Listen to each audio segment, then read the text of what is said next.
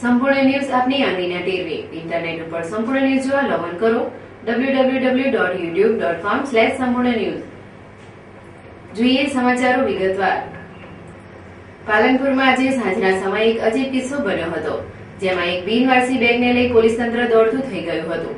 જોકે કાળા કલરની શંકાસ્પદ બેગના તર્ક વિતર્ક વચ્ચે બોમ્બ સ્ક્વોડની ટીમને કામે લગાડી દીધી હતી, જેમાં 1 કલાકની જહેમતના અંતે પોલીસ માટે ખોદ્યો ડુંગર અને નીકળ્યો ઉંદર જેવો ઘાટ ઘડાયો હતો।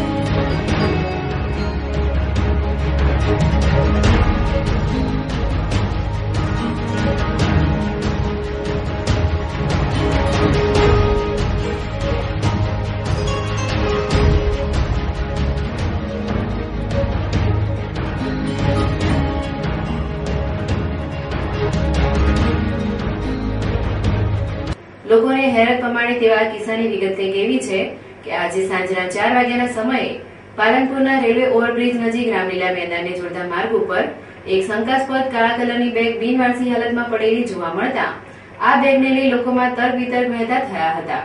જોકે તમાશાને તેડું ન હોય તેમ આ બિનવારસી બેગને જોવા લોકોની ભારે ભીડ જામી હતી। જોકે આ શંકાસ્પદ બેગમાં કોઈ જ્વલનશીલ પદાર્થ હોવાની આશંકાએ જોર પકડતા આ મામલે પોલીસને જાણ કરવામાં આવી હતી। જોકે શહેર પોલીસને પણ આ બેગ અંગે શંકા જતા આ બેગ અંગે બોમ્બ સ્ક્વોડ ટીમને જાણ કરવામાં આવી હતી। જિલ્લા બોમ્બ સ્ક્વોડ ટીમે આ બનાવને ગંભીરતાથી લઈ તાબડતોડ ઘટના સ્થળે દોડી આવી હતી, જ્યાં બોમ્બ સ્ક્વોડ દ્વારા બોમ્બ ડિટેક્ટરની મદદથી બેગની તપાસ હાથ ધરવામાં આવી હતી। જ્યારે બેગમાં વજન હોવાથી બોમ્બ સ્ક્વોડની ટીમ દ્વારા બેગને રામલીલા મેદાન ખાતે લઈ જવામાં આવી હતી, જ્યાં મશીનરી દ્વારા આ બેગનો એક્સરે કરવામાં આવ્યો હતો। જોકે એક્સરેમાં બેગમાં કોઈ જ્વલનશીલ પદાર્થ ન હોવાનું માલુમ પડતા આ બેગને ખોલવામાં આવી હતી। બેગ ખોલતા જ તેમાંથી માત્ર કાગળિયા મળી આવતા બોમ્બ સ્ક્વોડની ટીમે રાહતનો શ્વાસ લીધો હતો। જ્યારે પાલનપુરના ઓવરબ્રિજ નીચેથી મળેલી એક કાળી બેગે પોલીસ ટીમ સાથે બોમ્બ સ્ક્વોડની ટીમને 1 કલાક માટે કામે લગાડી દીધા હતા। જ્યારે પોલીસની તપાસમાં આ બેગમાંથી માત્ર કાગળિયા મળતા આ બનાવ પોલીસ માટે તો ખોદ્યો ડુંગર અને નીકળ્યો ઉંદર જેવો ઘાટ ઘડાયો હતો। આજે અમે 1 વર્ષથી બીડીએસમાં ફરજ બજાવીએ છીએ બનાસકાંઠા પાલનપુરમાં, અને અમે અત્યારે કાલે અમે અંબાજી ખાતે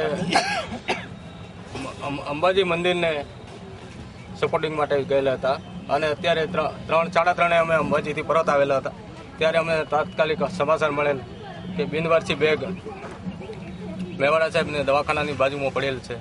તાત્કાલિક એસઓજીમાંથી ફોન આવેલો હતો, અને અમે તાત્કાલિક તાત્કાલિક આવી અને એક્સરે કરી અને બેગને ખોલે તો એમાં કોઈ વાદાજનક વસ્તુ મળી આવેલ નથી। આમ પાલનપુરમાં આજે સાંજના સમયે મળેલી એક બિનવારસી બેગે શહેરભરમાં ભારે ચર્ચા જગાવી હતી, સાથે સાથે લોકોને થોડા સમય માટે વિચાર કરતા મૂકી દીધા હતા। બનાસકાંઠા જિલ્લાના ધરતીપુત્રો ઉપર કુદરત જાણે રૂઠી હોય તેમ એક પછી એક કુદરતી આફતોનો ભોગ ધરતીપુત્રોને થવું પડે છે। તાજેતરમાં સરહદી જિલ્લાના અનેક તાલુકાઓમાં થયેલ વાવાઝોડા સાથેના કમોસમી વરસાદે તૈયાર પાક લેવાના આરે હતો, ત્યારે ઉભા પાકોને પારાવાર નુકસાન કરી ધરતીપુત્રોને કમરતોડ ફટકો માર્યો હતો। ત્યારે આજે પણ જિલ્લાના ખેડૂતો ઉપર આફતના ઓળા ઉતર્યા છે। સરહદી જિલ્લામાં એકાએક વાતાવરણમાં પલટો આવતા બપોર બાદ આકાશમાં વાદળો ઘેરાઈ જતા વાદળછાયું વાતાવરણ સર્જાયું હતું, જેથી ખેડૂતોના જીવ પુનઃ એકવાર તાળવે ચોંટી ગયા છે। જો વાદળછાયું વાતાવરણ વધુ સમય રહે તો જીરું વાવેલ હોય તેમાં મોબોમશી નામની જીવાત થવાની સંભાવના છે, અને જીરાના પાકને ન કલ્પી શકાય તેવું ભારે નુકસાન થવાની ધારણાને લઈ આકાશમાં વાદળછાયું વાતાવરણ જોઈ ખેડૂતોના ચહેરા ઉપર પણ ચિંતાના વાદળો છવાઈ જવા પામેલ છે। વાદળછાયું વાતાવરણ જોઈ ખેડૂતો આકાશ સામે મેઘમાણી નિસાસો નાખી રહ્યા છે। મગફળી વાવી છે બરાબર, અને આ વાતાવરણથી એમ ચિંતા થાય છે કે મચ્છી મલાનની ચિંતા ખરી। એટલે મારું નામ માવજીભાઈ છે, મારે મગફળી વાયેલી છે, અને હવામાન આવું છે એનાથી મને ચિંતા થાય છે, બગડવાનો મોલો મચ્છી પડવાનો છે।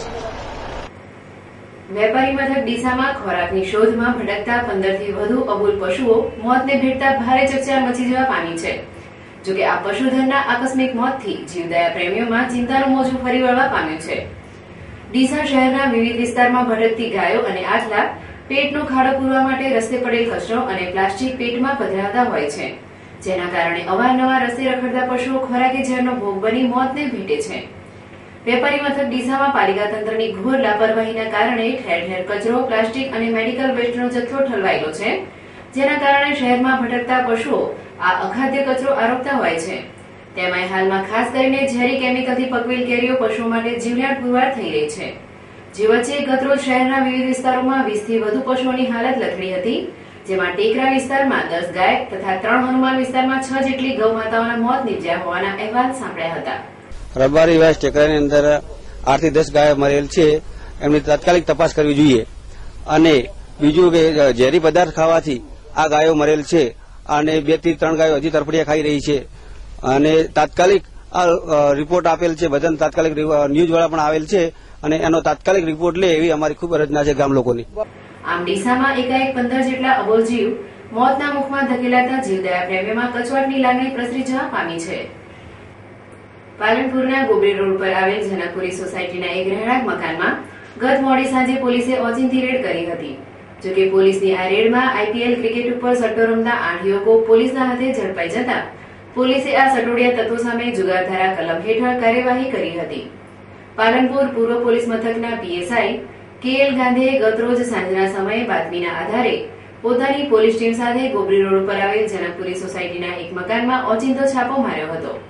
જોકે પોલીસની આ ઓચિંતી રેડમાં આઈપીએલ ક્રિકેટ ઉપર સટ્ટો રમતા પાલનપુરના જ 8 યુવકો પોલીસ ટીમના હાથે ઝડપાઈ જતા પોલીસ દ્વારા આ 8 સટોડિયાઓની અટકાયત કરવામાં આવી હતી. આજ રોજ અમે સાંજે પોલીસ સ્ટેશન આવેલ ત્યારે પીઆઈ સાહેબે સૂચના આપેલ કે જનકપુરી સોસાયટીમાં કેટલાક માણસો આઈપીએલનો સટ્ટો રમાડે છે.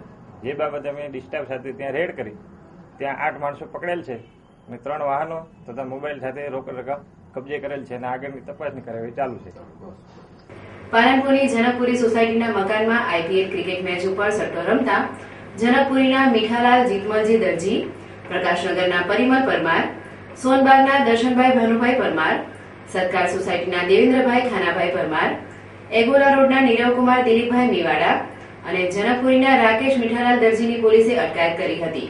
તેમજ આ સટોડિયાઓ પાસેથી 2 મોટરસાયકલ, 8 મોબાઈલ, 4000 રોકડા, 1 ગાડી સહિત ટેલિવિઝન કબજે કરી જુગારધારા હેઠળ કાર્યવાહી હાથ ધરતા શહેરના સટોડિયા તત્વોમાં ભારે નાસભાગ મચી જવા પામી હતી. આમ પાલનપુર પોલીસની રેડમાં જનકપુરીમાં ચાલતો ક્રિકેટનો સટ્ટો ઝડપાઈ જતા 8 સટોડિયા તત્વોએ પોલીસ કસ્ટડીમાં મહેમાનગતિ માણવી પડી હતી. માનવ સેવાના મંત્રને વરેલ 108 ઇમરજન્સી સેવા દ્વારા અવારનવાર લોકસેવાના કાર્યક્રમ કરવામાં આવે છે. જોકે બનાસકાંઠામાં સફળતાના 5 વર્ષ પૂર્ણ કરનાર પાલનપુરની ટીમ દ્વારા આજે શહેરના એરોમા સર્કલ નજીક વિશ્વ આરોગ્ય દિનની ઉજવણી અંતર્ગત નિઃશુલ્ક બ્લડ પ્રેશર અને ડાયાબિટીસ માપવાનો કેમ્પ યોજવામાં આવ્યો હતો, જેનો વાહન ચાલકો અને રાહદારીઓએ મોટી સંખ્યામાં લાભ લીધો હતો. પાલનપુર 108ની ટીમ દ્વારા આજે વિશ્વ આરોગ્ય દિનની ઉજવણી અંતર્ગત ડાયાબિટીસ અને બ્લડ પ્રેશર ચેકઅપનો કેમ્પ યોજવામાં આવ્યો હતો, જેમાં 108ના પાયલોટ વનરાજસિંહ કુંપાવત, પંકજભાઈ જાદવ અને ઈએમટી દક્ષાબેન મુડેઠિયા સહિત ટીમે લોકોના આરોગ્યની સુખાકારી માટે વાહન ચાલકો અને રાહદારીઓનું નિઃશુલ્ક બ્લડ પ્રેશર અને ડાયાબિટીસનું ચેકઅપ કર્યું હતું. આમ માનવ સેવામાં અગ્રેસર પાલનપુર 108ની ટીમે આજે વિશ્વ આરોગ્ય દિનની ઉજવણી અંતર્ગત શહેરીજનોના સ્વાસ્થ્યની તંદુરસ્તી માટે નિઃશુલ્ક ચેકઅપ કેમ્પ યોજવામાં આવ્યો હતો. વડગામ તાલુકાના ચિત્રોડા ગામની પરણિતાએ પોતાના સાસરીઓ દ્વારા શારીરિક અને માનસિક ત્રાસ આપી 50,000ની માંગણી કરતા પીડિત મહિલાએ છાપી પોલીસ મથકે ફરિયાદ નોંધાવતા ચકચાર મચી જવા પામી છે. છાપી પોલીસ મથક ઉપરથી મળતી હકીકત મુજબ નાંદોત્રા ગામની મહિલાના પુનઃલગ્ન ચિત્રોડા ગામના 4-5 વર્ષ પહેલા ભરતભાઈ વીરાભાઈ વણકર સાથે થયા હતા, જે દરમિયાન છેલ્લા ઘણા સમયથી પતિ અને સાસરિયા દ્વારા શારીરિક માનસિક ત્રાસ આપી પિયરથી 50,000 રૂપિયા લઈ આવવાનું દબાણ કરી નહીં લાવે તો જાનથી મારી નાખવાની ધમકી આપતા ચિત્રોડા ગામની પીડિત પરિણીતાએ ગત શુક્રવારના રોજ છાપી પોલીસ મથકે પોતાના પતિ ભરતભાઈ વણકર, સસરા વીરાભાઈ વણકર, સાસુ દોલીબેન, જેઠ પ્રહલાદભાઈ, જેઠાણી કોકિલાબેન સહિત જગદીશભાઈ કુલ 6 વ્યક્તિઓ સામે ફરિયાદ નોંધાવતા ખળભળાટ મચી ગયો હતો. પીડિત મહિલાની ફરિયાદના આધારે છાપી પીએસઆઈ કેસી રાઠવા, એએસઆઈ હીરાલાલ રાઈટર, પ્રતાપસિંહ સામે દહેજ પ્રતિબંધક ધારા મુજબ આગળની કાર્યવાહી હાથ ધરી તપાસ શરૂ કરી છે. અમીરગઢ તાલુકાની હદમાં આવેલી જેથી ગ્રુપ ગ્રામ પંચાયતના તાબા હેઠળ મહાદેવિયા ઉમરકોટ ગામની 57 એકર જમીન આદિવાસીઓને ફાળવણી કરવાનો હુકમ થયો છે. તેમ છતાં લાભાર્થીઓને આજ દિન સુધી મૂળ જગ્યા ન મળતા આજ રોજ જિલ્લા કલેક્ટર કચેરી ખાતે દોડી આવી અરજદારોએ કલેક્ટર સમક્ષ રજૂઆત કરી હતી. અમીરગઢ તાલુકાની હદમાં આવેલ જેથી ગ્રુપ ગ્રામ પંચાયતના તાબા હેઠળ મહાદેવીયા ગામે આવેલી સર્વે નંબર 42 પૈકી એક વાળી જમીનમાં 57 એકર જમીન તારીખ 28 સપ્ટેમ્બર 2012 ના રોજ પ્રાંત અધિકારીના હુકમથી સીલિંગ ધારા હેઠળ ફાજલ કરવામાં આવી હતી. તે 57 એકર જમીન આદિવાસી માજીરાણા સમાજના 56 લાભાર્થીઓને 28 સપ્ટેમ્બર 2012 ના રોજ જમીન ફાળવણી કરવામાં આવેલ છે.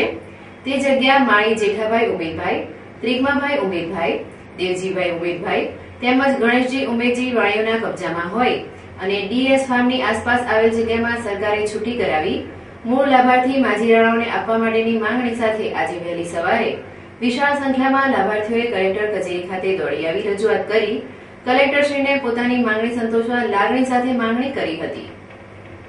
તાલુકાના ઉમરકોટ ગામના 42 એક પૈકી 57 એકર જમીન જે આદિવાસીઓને 29 ક મુજબ જ આપવાની હોય અને આદિવાસી લોકોને નાયબ કલેક્ટર દોતા તારીખ 5/3/2013 અને શુક્રવારના રોજ બપોરે 11 કલાકે આવેલ છતોય આ જમીનના કબજા અને આ દિન સુધી અમો આદિવાસીઓને કોઈ કબજા મળેલ નથી.